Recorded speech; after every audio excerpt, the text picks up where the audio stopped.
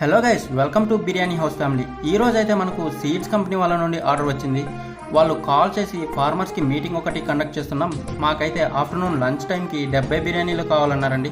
మనమైతే order confirm చేసుకుని process అయితే స్టార్ట్ చేసేసాం. నిజానికి మనం అందరం కూడా ఫార్మర్ ఫ్యామిలీ బ్యాక్గ్రౌండ్ నుండి వచ్చిన వాళ్ళమే, కానీ ఈ రోజుల్లో ఫార్మర్స్ని అయితే ఎవరు కూడా గౌరవించడం లేదు. మనం అందరం కూడా కడుపు నిండా ఫుడ్ తింటున్నామంటే దానికి కారణం ఎక్కడో ఒక రైతు పడిన కష్ట ఫలితమే కదా. So we should respect hour farmers.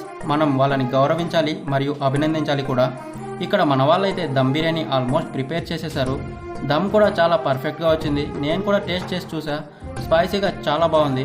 Biryani అయితే ప్యాకింగ్ స్టార్ట్ చేసేసాం. మనం ఇవ్వబోయే ఆర్డర్ ఫార్మర్స్కే కాబట్టి వాళ్ళందరూ కూడా పొలంలో కష్టపడే వాళ్ళే. సో మనమైతే మనవంతుగా ప్యాకింగ్ చేసేటప్పుడు నార్మల్గా ప్యాక్ చేసే రైస్ కంటే కూడా ఎక్కువ వేసి ప్యాక్ చేసేసాం.